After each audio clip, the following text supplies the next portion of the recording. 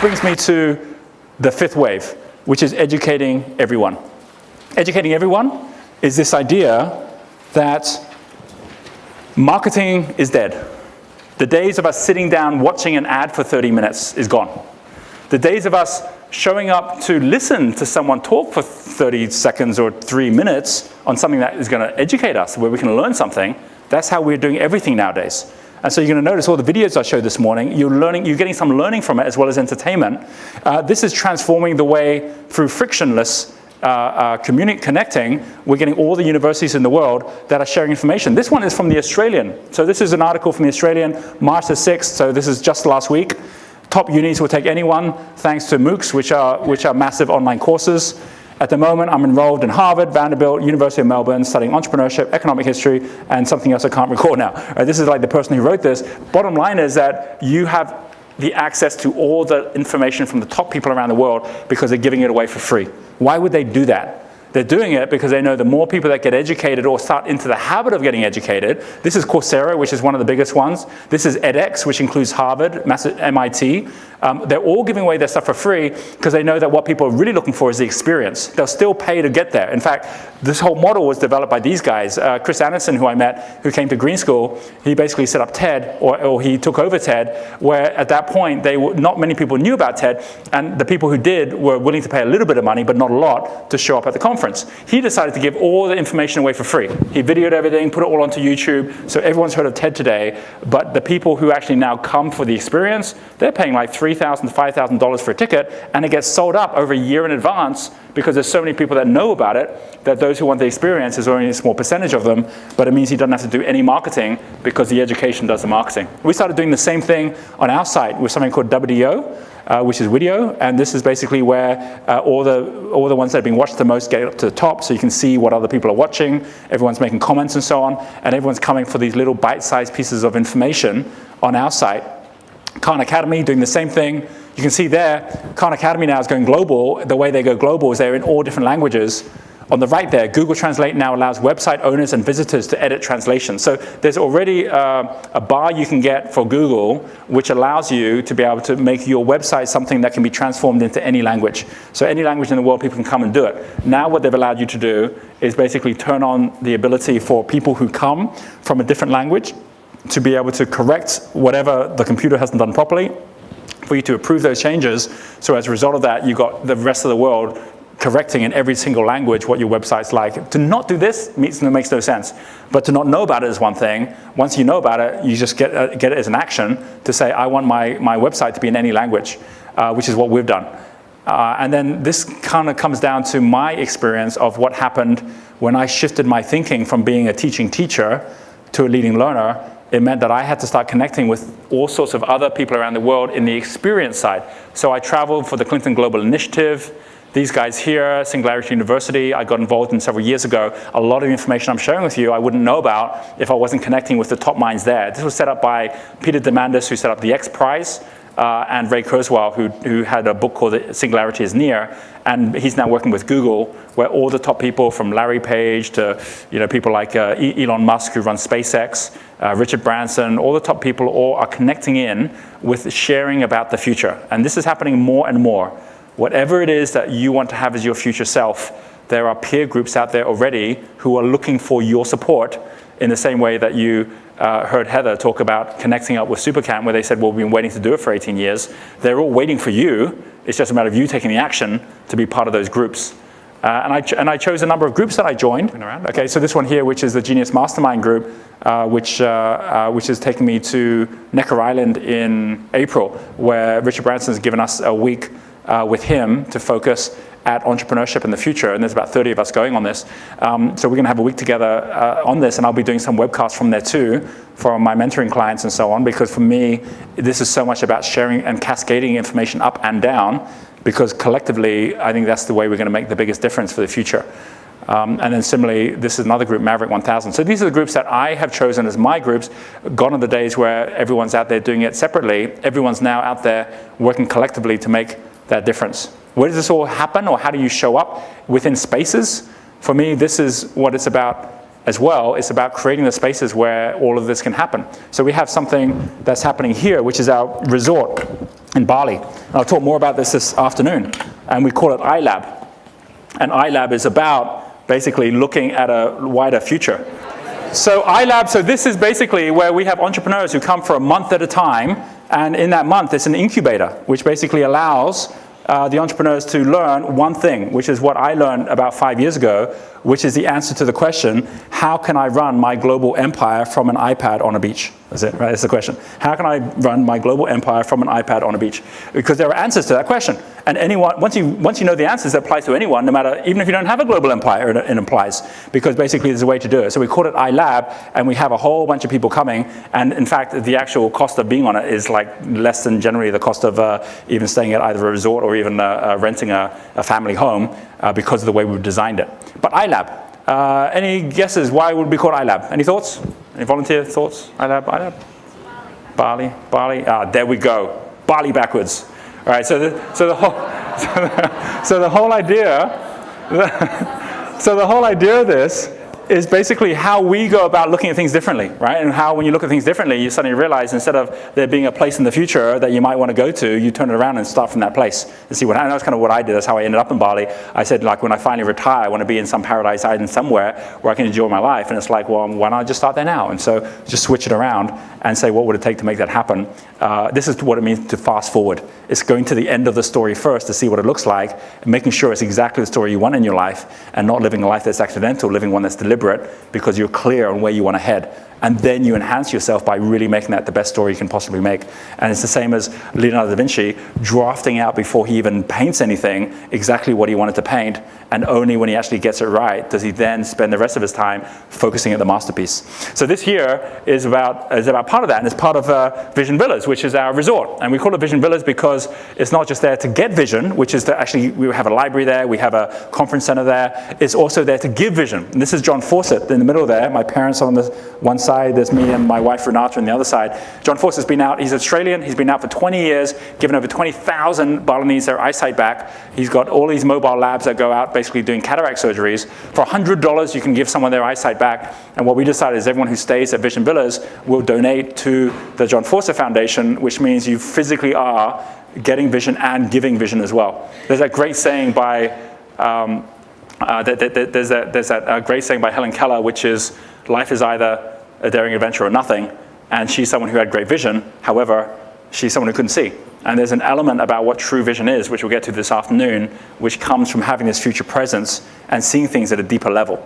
Taking it one step further, this is Green School. And Green School, which I started as a parent, and now I'm the chairman of, and now we're involved in the launch of Green School around the world. We have Green Schools that will be starting in Thailand, in India, in China, hopefully in Australia one day as well. We've actually got tomorrow evening, and I'll share more about this afternoon, but tomorrow evening we've got at 7 o'clock the head of learning at Green School flying to Melbourne. We've got Heather, who's going to be there speaking about Green Supercamp. We're going to also be sharing about our Green Educator program, which is open for both teachers and parents to actually see how do you actually create a holistic environment for your kids at home, as well as in the school. And the way that the Green School works is that basically it has no walls, right? The whole design of it is that it is there to create a natural environment for kids. This is my daughter there on the left, Kathleen, who's 17 years old now. And this is her business, Boobam. Boobam, as you can see from this slide, this is her personal website, and this is, don't have the Boobam one there. That's Teresa's personal website as well. When Kathleen went to America, because she wanted to go to an art school, and they were saying one of the things you do at art school is you'll get your website up, and she goes, oh, I've got one of those. They go, you got your own website already? And she showed it, and she was a bit nervous because she's in grade 12, so she's the first to graduate from Green School, because Green School is only 5 years old. We got the award for the greenest school on earth last year from the United States Center for Green Schools, so we're very proud of that, but at the end of the day, we didn't have a single graduating student yet, because it was our first grade 12 this year. We kind of gone from grade 10, grade 11, grade 12, and now they're graduating. And my daughter Kathleen, she's in grade 12, so she's like, Dad, am I going to get into a place? Because no one from Green School's ever graduated and gone anywhere. And when she went out and basically met with some of the colleges, when they saw what Green School was about, It's like when we met with some of the head of Harvard, for example, he was saying they've changed their criteria for how they're bringing on kids nowadays. I mean, like in Harvard, they're like saying if we were judging people simply on their academics, we'd already be 95% Chinese. I mean, it's like they're just so super smart. But we decide we don't want to have people just based on academics. We want them based on being a broad human and a leader. And so when Kathleen showed up with what happens at Green School, where they're getting this entire education on all aspects. I'll give you an example. In art, whereas in most schools, art is taught very much like most most classes, where you start with some kind of resource. So for example, in art, you get paints, you get paper. That already is creating a limiting belief in your mind, because it's like, I can't do art unless I have the paper and the pens, right? So if you leave school like that, you can't make money until you got a job, for example, right? So you've got to have something to be able to do something. But at Green School, we don't start like that. We start by saying, well, how do you make paints? How do you make dark? How would you make purple from nature? Right? We go out and we see how vegetables, how everything's made from nature anyway. In fact, especially if you don't want toxic paints, which is how most paints are nowadays. So the kids go out and they actually make their own paints, just using nature. And then the same with the paper. It's like, how can you make paper? So you can make it from wood and bamboo. You can make it from cow dung. I mean, so they make the paper. Now they've got the paper and paints. Now they go out and create beautiful art. But they have a mindset, which is resourcefulness, which is if I don't have anything, I can just go get it. I'll find the right places to get it. Nature always gives, community always gives, as long as I'm delivering something back of value as well, and I'm going to a source which is sustainable. So already the kids have got that thinking, which is amazing. So Kathleen went, she shared what she had, and we were lucky that, first of all, San Francisco Art Institute, which was her #1 pick, came back and said, definitely want you on board. So she got a place there. And then last week, just before I got on the tour, like 2 days before I got on the tour, we got the news that she got the presidential scholarship from San Francisco Art Institute, which is like a first, and first for the school, but also first for my family, really. So that was kind of cool too. So, yeah. That was my proud dad moment thing, right? So, look, I'm just going to, before we could do for a little assessment, because we are going to do an assessment in this room of how future present you currently are. Before we go to lunch, we're going to do this together. I wanted to show this video as a sum up this morning, because I've been talking about a journey you go on, and I've been talking about living a life of example. This video I saw on the same day, 2 days before coming on this tour, as I heard about the scholarship. And it blew me away, because it was on YouTube. It was posted by the grade 8s. My son Luke is in grade 8. They are doing a project at the moment about the Bali starlings. And Luke's the voiceover in the video. And his best friend, one of his friends, is the one who actually did the video. And it's just mind-blowing, the quality of this video, because it's about the Bali starlings, but more importantly, it's about a story that started about 5 years ago, just when I came to the school. The Bali starlings, there were only 6 left in the wild. There was only 3 pairs left in the wild. And it was one of the most endangered species in the world, because they kept on getting poached. And what happened was that a couple came along who decided they were going to, the gardeners decided they were going to look to try and resurrect the starlings and to create an incubator. But there's very few safe places in Bali where you can do that. So they asked the school, and the school said yes. And so we ended up with this incubation project, which went from 6 Bali starlings to over 100. That in the last 5 years, the kids have been involved in the breeding program. And just about 4 months ago, they had the very first public release back into the wild on the school grounds, where the birds now are there in the school, where the kids see them flying around, and where the kids now have got this belief that this is what the world is about. It's about actually making a difference. And so it's one thing for me to talk about us making a difference. It's another thing for us to be the example for what's coming our way, which is the next generation. And this is something which you hear from Buckminster Fuller. He has this great quote, which is that our children are our elders in universe time. And what he means by that is that our children were born into a universe which was more advanced than the one we were born into. So they're already advanced beings, but we sometimes forget that.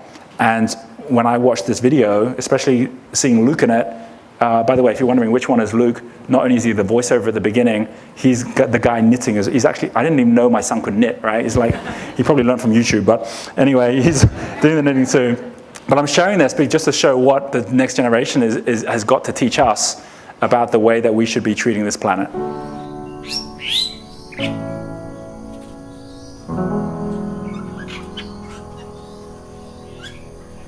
Bali starlings were highly priced in black markets across Bali. and were illegally hunted by poachers. One pair of mature Bali starlings could fetch up to $2,000 on the black market. Due to this, in 2001, there were only 6 left in the wild.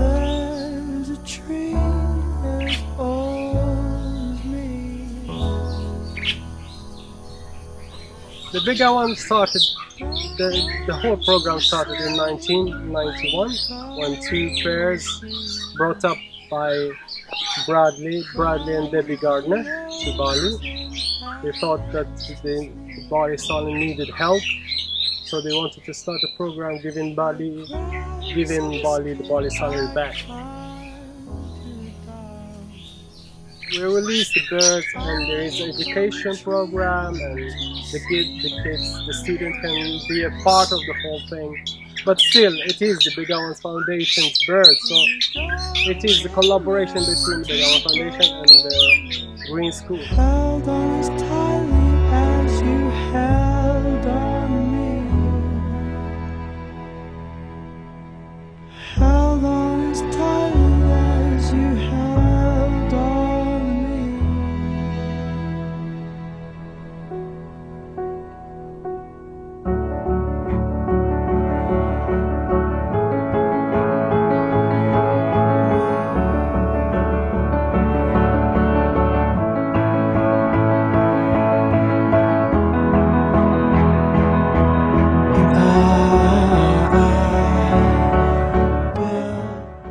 I think the future, it looks bright right now, because after we released the 4 pairs here, it took less than 2 months and they were breeding already outside. That's very good and positive feedback for us. We are making a program about, like, the students will come to me and we'll go around and I'll tell them different kind of stuff, such as how you can recognize every single Bali starlings.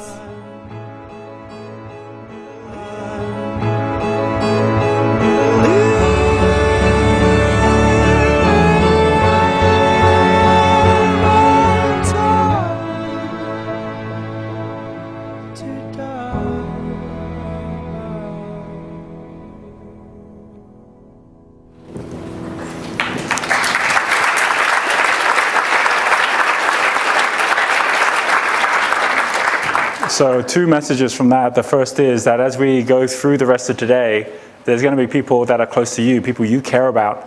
Make them your biggest witness to the journey that you're going to be going on to get on the wave. Know that they're there watching every move, and that if you're not taking it, then they're also wondering why you're not living up to your potential. Second thing is, if you ever need someone to do video, sometimes it's the 14-year-olds who are the people you should be turning to.